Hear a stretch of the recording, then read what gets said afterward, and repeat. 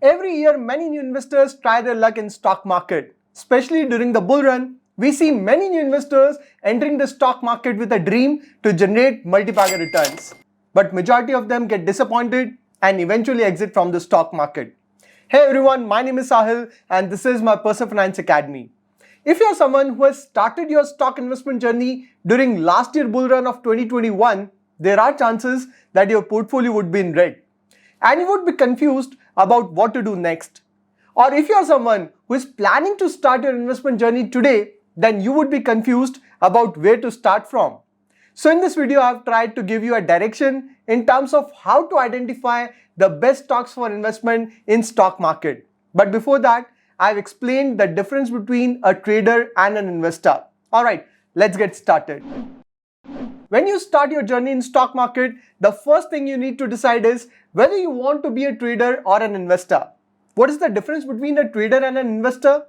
A trader tries to make quick money from the stock market. The only goal of trader is to make quick money. That's it. Obviously, that sounds more tempting, isn't it? I mean, who doesn't want to make quick money?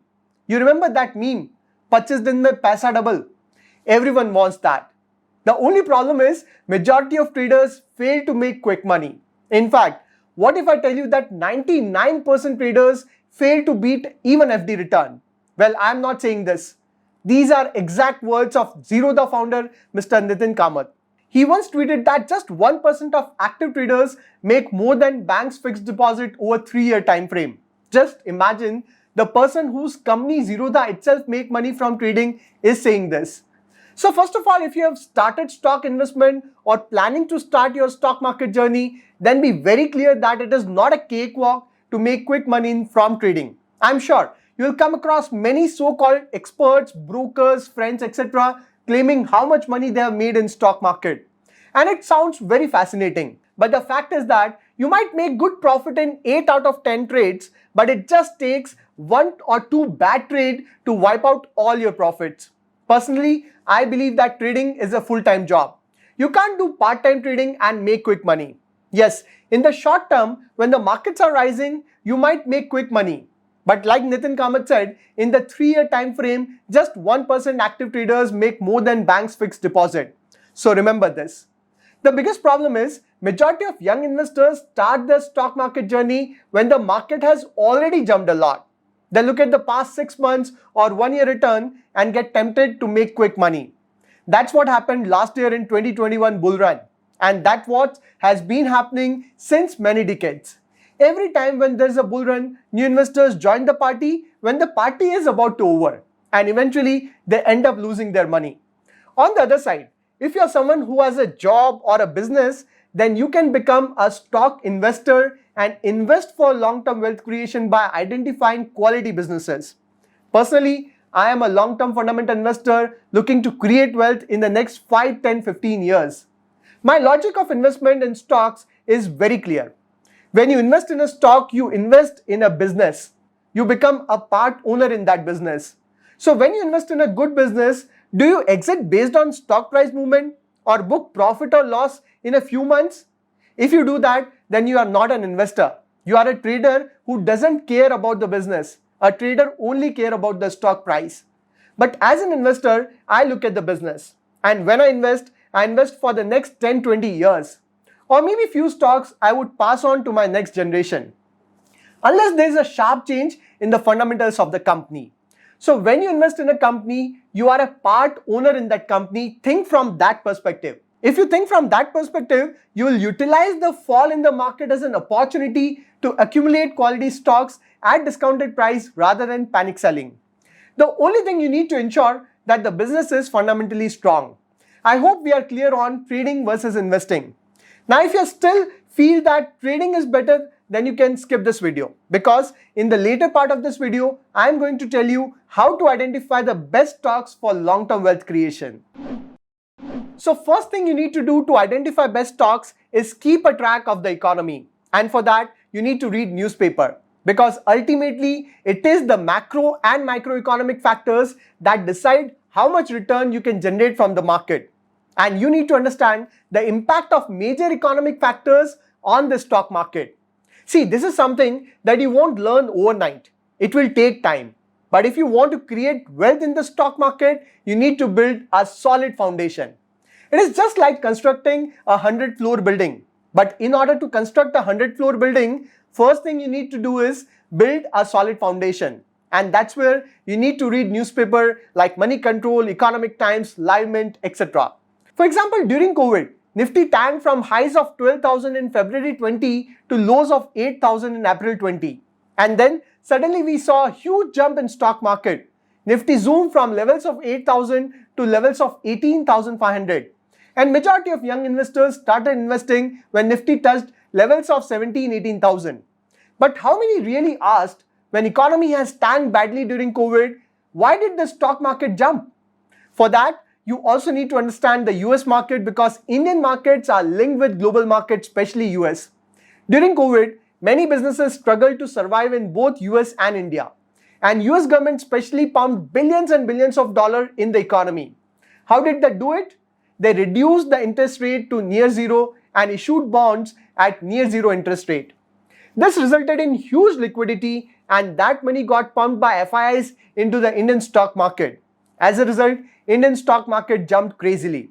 But after the COVID crisis, when economy started opening up, people started going out. It was almost a revenge shopping as people literally got mad by sitting at home for more than a year. It resulted in sharp jump in demand across the economy, including your electronics, travel, hotel, everything. There was crazy demand. Mind you, the global supply chain was still not fixed.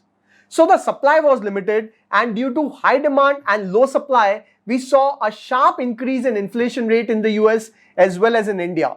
In order to control this crazy inflation, US Fed was forced to increase the interest rates. This increased the bond yield in the US and FIs started pulling out billions of dollars from emerging markets like India.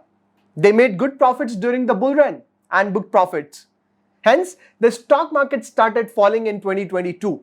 This inflation was further fueled by Russia-Ukraine war during the beginning of 2022 and crude oil prices jumped to crazy level of around $120 per barrel.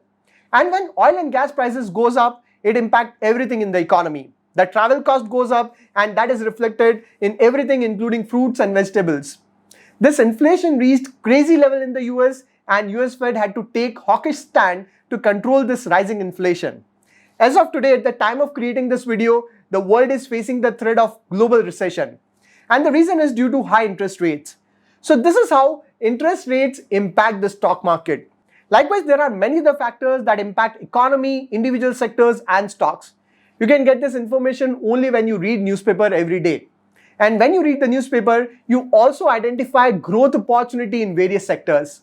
For example, Indian government launches various schemes and initiatives that benefit many sectors. Schemes like PLI, that is Production Linked Incentive, is going to immensely benefit the manufacturing sector in India. Then schemes like Make in India, Atmanirbhar Bharat is going to benefit the local indigenous manufacturer. For example, recently government has banned the import of many defense equipment and eventually those equipments will be manufactured in India. That will directly benefit the local defense manufacturer. Then another big disruption that has happened is China Plus One. Due to shutdown of many chemical factories in China on account of environmental concern, the demand has shifted to India. Moreover, post-COVID, global MNCs are trying to reduce their dependency from China and India has emerged as a great alternative. Apart from this, you need to identify key trends in the economy, both in India and globally, and identify sectors that would benefit from those trends. For example, one of the trends is electric vehicle. 21st century will see a huge transformation where ultimately the vehicles will shift from petrol diesel to electric. And this would immensely benefit auto companies leading the electric vehicle revolution. It also includes the auto component manufacturer. Then these vehicles would be connected, autonomous and would require softwares. So Indian companies leading the EV software will generate great return. Likewise, you will need an entire infrastructure right from electricity generation to set up EV charging station. Hence, companies working towards green energy would immensely benefit from it. Then another trend is consumption. India is a country with 140 crore people and there's an increase in per capita income in India. There's an increase in salary and people are now willing to spend money on food, travel, gadgets, experiences, etc. that would directly increase the demand in each of these sectors. Likewise, there are many other themes like financialization of saving. Today, more and more people are investing their money in mutual funds, stocks, etc., and that would directly benefit companies in this sector. Then future is all about digital. Can you identify companies that can transform the digital landscape of the world? Well, India is already a global leader in IT sector. I've recently created a video on 5 themes for the next 25 years. Do have a look. And if you want to learn about the business model of each sector and how to do fundamental analysis of a stock, I've created a complete online course. Do check it out. So if I summarize, you need to identify sectors that have a bright future growth prospect. Then you also need to understand the business model of those sectors. Basically, how companies in these sectors make money. Then try to understand how are the entry barriers in the sector. Is it easy to replicate the business or not? So understand the business model of the banking, insurance, IT, pharma, mutual fund, manufacturing, etc. Once you have that understanding, then you need to identify leaders in the sector. This is very important. Please note that I mentioned leaders in the sector. For example, you have Asian Paints in paint sector, Pidilite in adhesive, Titan in retail, TCS Infosys in IT, ICICI Bank, HDFC Bank in banking, etc. The only catch is these companies are already large cap. They have already generated multi-bagger returns in the last 20 years. They would continue to be a consistent compounder but can't be a 100x story. It is because the sector they operate in are already matured. For example, banking, IT, pharma are matured sector. So you can identify sectors that are not yet matured and have a very bright future. And then identify leaders in the sector that are still mid-cap or small cap and that can become a large cap one day. Although it is very difficult part because generally small companies are not the leader or among the leader in the sector. But if you research properly, you will surely identify sectors where the leaders are still small cap or mid cap. For example, CDSL and CAMS are leader in the sector and yet a small cap company.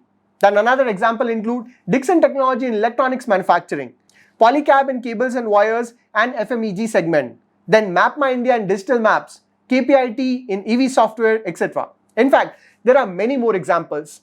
You just need to identify the leaders in the sector that will eventually become a large cap company. But remember, you need to have a blend of both large caps that are consistent compounder and have low volatility and mid cap and small cap with high return potential, but that comes at the cost of high volatility. Once you identify the leaders in the sector, you need to dig deep into each company. Understand their business, that is how they make money. Understand their leadership, whether they are competent and have enough experience or not. Then understand their key strength. What makes them the leader? Is there an entry barrier in the sector? Then identify what are the future growth plans of the company. Identify the key risk in the sector.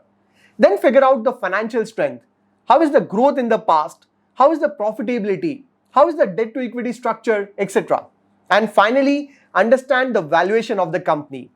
Although valuation is the most difficult part, there is no fixed formula that says a company is overvalued or undervalued. If a company has a strong business with great potential, there is very low probability of it available at fair valuation. Because there are 140 crore people in the country. It is not only you or me who knows the potential in a company. If a company has high potential, there are high chances that majority of people would already know it. In that case, sometimes you have to buy the stock at high valuation, sometimes you have to wait for the stock price to fall, and sometimes you just need to buy the stock systematically. Now, what sources can help you fetch all these information? For quick glance, you can look at websites like screener.in. And for in-depth study, you can read the annual report of the company, investor presentation, as well as quarterly con call report post-result. And once you are convinced with the growth story of a company and invest your money, keep faith in the company and stay invested for long term. Maybe next 5, 10, 15, 20 years. Do not lose faith within 6 months or 1 year of underperformance. Keep a track of its quarterly results and try to understand the reason behind the rise and fall in share price. And if there's a fall in share price due to external reason, like global sell-off or rising inflation, etc., then utilize the opportunity to accumulate those quality stocks. For example, currently IT sector stocks are down due to slowdown in US and Europe. There is no change in the fundamentals and this slowdown is temporary. The long-term prospects for IT sector are still intact. that has created a buy opportunity. Friends, I know that it is not easy to be a long-term fundamental investor. You need a lot of patience, which majority of people don't have. For them, 3 to 6 months is a long duration. If a stock doesn't perform well for 3 to 6 months, then it is a bad stock. And somehow people think that if they are investing in stocks, then their money should at least double in 6 to 12 months. Well, here the problem is expectation mismatch. You can't expect to double your money in 6 to 12 months. On an average, if you can fetch 12 to 15% CAGR return, then it is more than enough to create wealth in the long term. Because 12% return for next 20 years is not equal to 240% return. It is equal to 964% return. It means even if you fetch 12% return in 20 years in your portfolio, you will earn 10 times return. That's the power of compounding. And for that, you need to keep patience. Friends, Indian economy has a very, very bright future. And this current fall in stock market in 2022 has created a golden opportunity to invest in quality businesses at good valuation. And if you can invest for the next 10-20 years in quality stocks, then I can guarantee that each one of you will create huge wealth. All you need to do is build a solid foundation of your stock investment journey and keep building on top of it. So this is it for this video. The idea behind this video was not to give you a stock tip, but give you a right direction so that you can yourself identify great stocks and do not depend upon others. Now tell me in the comments, have you identified stocks that can become the next multi-bagger? And let me know if you want me to cover a specific topic. If you find this video useful, do subscribe to this channel and press the bell icon button. Thanks for watching the video. Take care.